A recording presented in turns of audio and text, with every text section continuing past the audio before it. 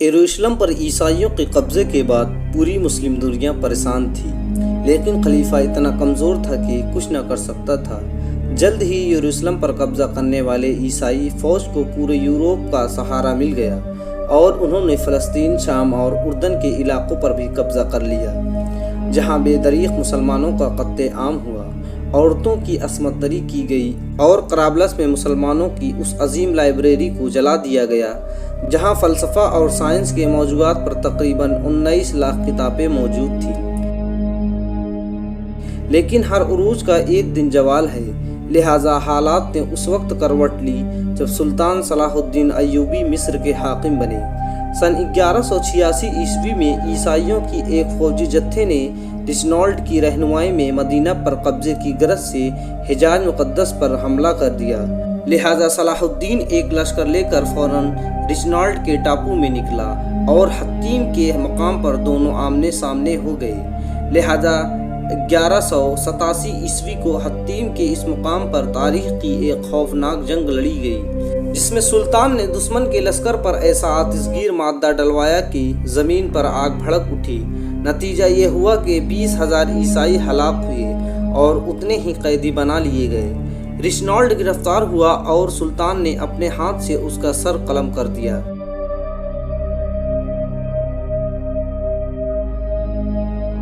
حطین کی خبر آگ کی طرح عیسائی کی دنیا میں پھیل گئی۔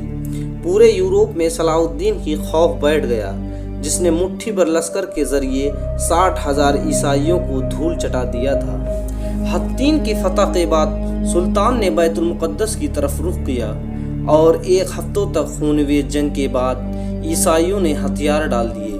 بیت المقدس پورے 91 سال بعد دوبارہ مسلمانوں کے قبضوں میں آیا، لیکن فتح کے بعد سلطان نے قیدیوں کے ساتھ منصفانہ سلوک کیا۔ آپ نے ہر قسم کی لوٹ مار سے لوگوں کو منع کیا تھا، قتل عام کو روکا، شہر میں موجود تمام عیسائیوں کو معافی دے دی۔ رحم دل سلطان نے فدیہ کی نہایت ہی معمولی رقم مقرر کی اور جو لوگ وہ ادا نہ کر سکے انہیں بغیر ادائیگی کے شہر چھوڑنے کی اجازت دے دی۔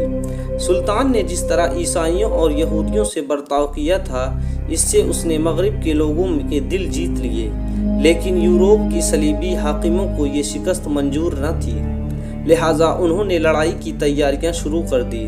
جرمنی، اٹلی، فرانس اور انگلستان سے فوجوں پر فوجیں فلسطین روانہ ہوئی۔ انگلستان کا بادشاہ رچرڈ شیردل 6 لاکھ فوج لے کر فلسطین پہنچ گیا۔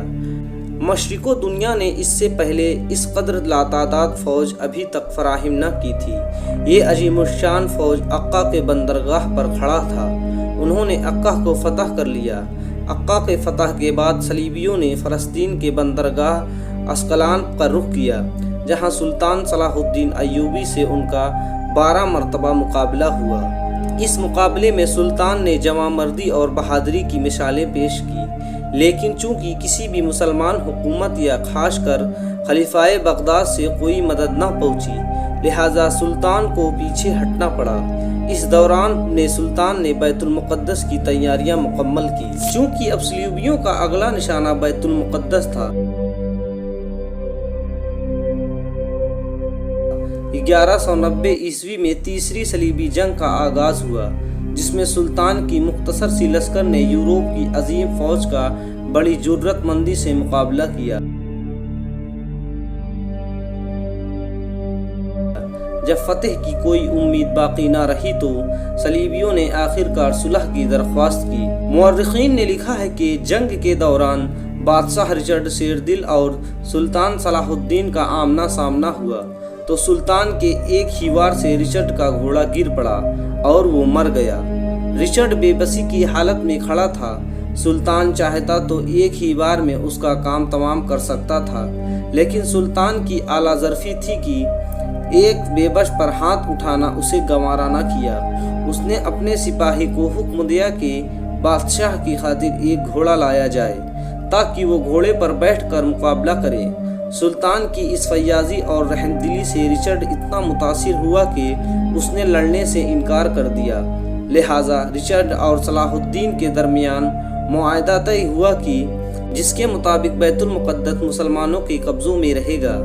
ارسوف اور عکا کا شہر صلیبیوں کو دے دیا گیا اور تمام مذاہب کے جاہرین کو یہ یروشلم آنے کی اجازت ملی۔ سلطان نے نہ صرف یہ کہ ان جاہرین کو ہر قسم کی آزادی دی، بلکہ اپنی جانب سے لاکھوں جاہرین کی دعوت، آشائش اور راحت کے انتظامات کیے۔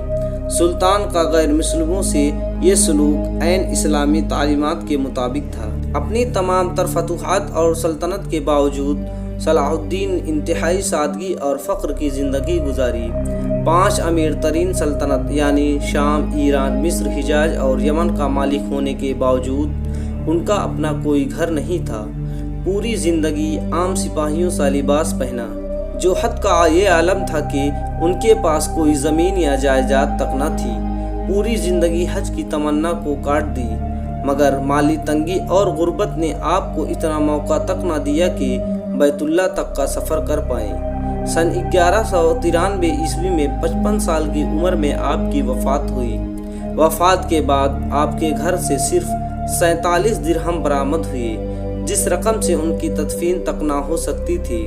چنانچہ آپ کے کفن دفن کے اخراجات دمشق کے قاضی نے اپنے جیب سے ادا کی۔